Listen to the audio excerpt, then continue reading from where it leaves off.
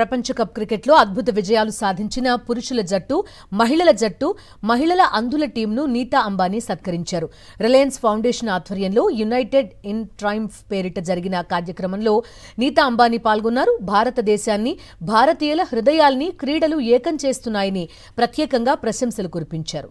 Reliance foundation ఆధ్వర్యంలో ముంబైలో United in Triumph కార్యక్రమం 2వ ఎడిషన్ అట్టహాసంగా జరిగింది. ఈ కార్యక్రమంలో నీతా అంబానీ పాల్గొన్నారు. ఆమెతో పాటు 3 ప్రపంచ ఛాంపియన్ క్రికెట్ టీమ్స్ కెప్టెన్లు పాల్గొన్నారు. భారతదేశ మహిళల అంధుల టీం కెప్టెన్ దీపిక, మహిళా cricket team captain Harmanpreet Kaur, పురుషుల cricket team captain Rohit Sharma పాల్గొన్నారు.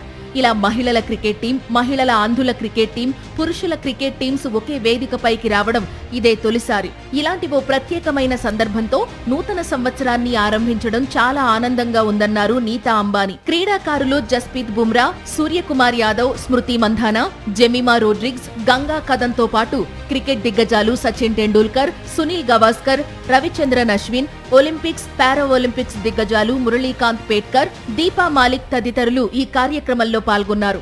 ఇక భారతీయ సినిమా పరిశ్రమ నుండి అమితాబ్ బచ్చన్, షారూఖ్ ఖాన్ లాంటి ప్రముఖులు పాల్గొన్నారు. వరుసగా అటు పురుషుల జట్టు, ఇటు మహిళల జట్టు అందించిన విజయాలు అంధుల మహిళల జట్టుకు కూడా ప్రోత్సాహాన్నిచ్చాయి. వాళ్లు కూడా ప్రపంచ కప్ గెలిచారు. శ్రీలంక ఆతిథ్యం ఇచ్చిన ఈ అంధుల మెగా టోర్నీలో దీపిక నేతృత్వంలో భారత మహిళల జట్టు విశ్వ విజేతగా నిలిచింది.